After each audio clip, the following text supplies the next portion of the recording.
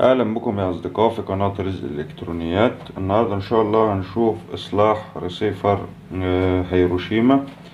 طيب انا فاكك الوش بتاعه كده اهو. اول ما فكيت طبعا صاحب الريسيفر بيقول ان هو طبعا مش جايب اشارة خالص. فاول ما فكيت طبعا الريسيفر لاحظت حاجة في المذر بورد. لاحظت ان الترانزستور ده اهو. هحاول اقرب الكاميرا شوية. الترانزستور ده ضارب معايا اهو، ضارب معايا خالص. فطبعا كده كده والمقاومة دي متفحمة اهي. فطبعا كده كده مش هيبقى مخرج معايا اي اشارة. طيب احنا دلوقتي هنعمل ايه؟ هنوصل كده الريسيفر في الكهرباء ونشوف هل التيونر مخرج معانا فولت اللي هو افقي وعمودي، اللي هو طبعا بيخرج معايا 13 و 17 او 13 و 18.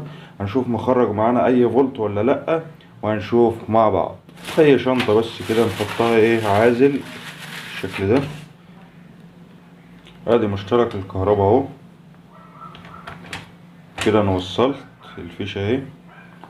هبدأ اضغط. لا هو مفتوح اهو، يعني المفتاح بتاعه مفتوح.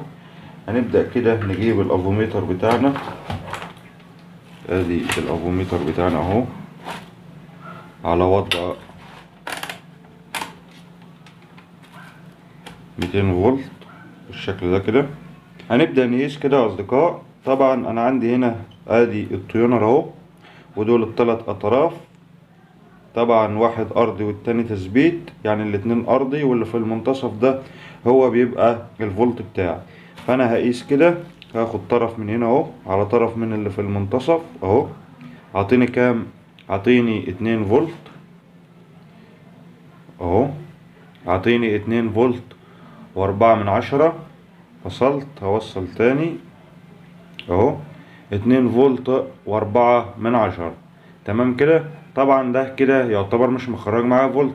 انا المفروض يخرج معايا يا 13 يا 18. تمام، اللي هو القنوات اللي هي الافقي او العمودي. تمام كده.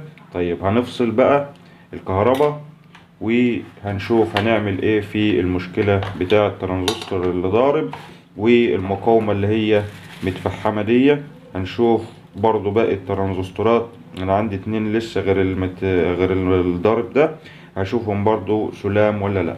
هنبدأ نفك كده معانا المذر بورد اهي بالسوكت ده بالشكل ده كده اهو، عشان نقدر نشتغل فيها براحتنا. كده انا فكيت المذر بورد يا اصدقاء، حررتها من السوكتات. هنبدأ نركن بقى الريسيفر بتاعنا بالشكل ده، وهنبدأ نشتغل في البوردة دي.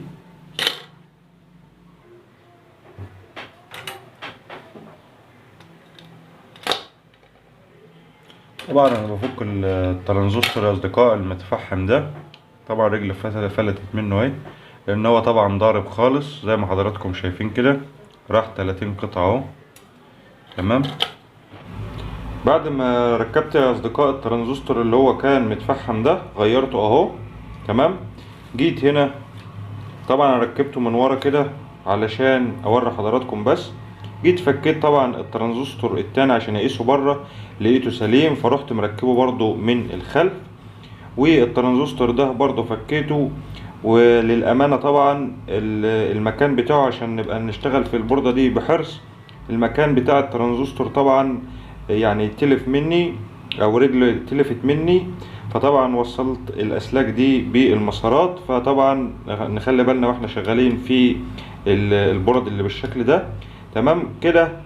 غيرت الترانزستور زي ما قلت لحضراتكم، والاتنين ديكهم سلام مفهومش حاجه.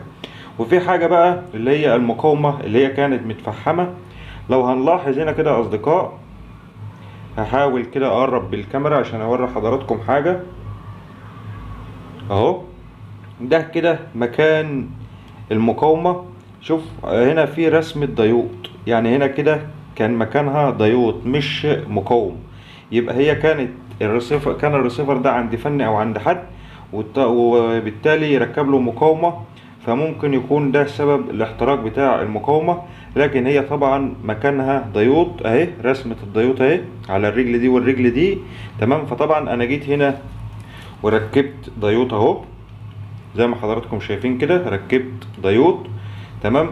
ده كده كل اللي انا عملته. وركبت طبعا مكثف، لان لقيت برضو المكثف كده كنت شاكك فيه، كان فيه انتفاخ بسيط فغيرته بالمرة. فطبعا كل ده ركبته لطش كده علشان نجرب بس ونوري لحضراتكم الريسيفر عملنا فيه ايه تمام كده. ده كده كل اللي انا عملته في الريسيفر. هنبدأ بقى كده نشغل الريسيفر ونشوف، نجرب على القنوات الافقي والقنوات الرأسي. المفروض يجيب معانا فولت 13 فولت و18 فولت تمام كده. هنبدأ نوصل الريسيفر في الكهرباء اهوت يا اصدقاء بالشكل ده كده. انا وصلت كده بيعمل بوت اهو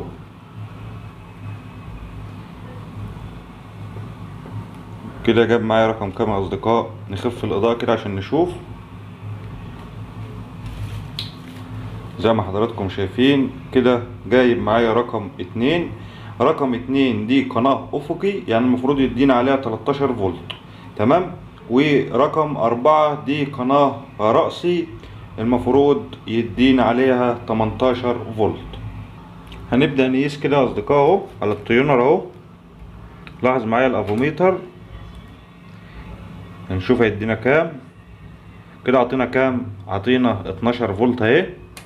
يعني دي كده زي ما قلت لحضراتكم قناة افقي زي ما حضراتكم شايفين. هنجيب بقى قناة رقم 4 اللي هي القناة الرأسي اهي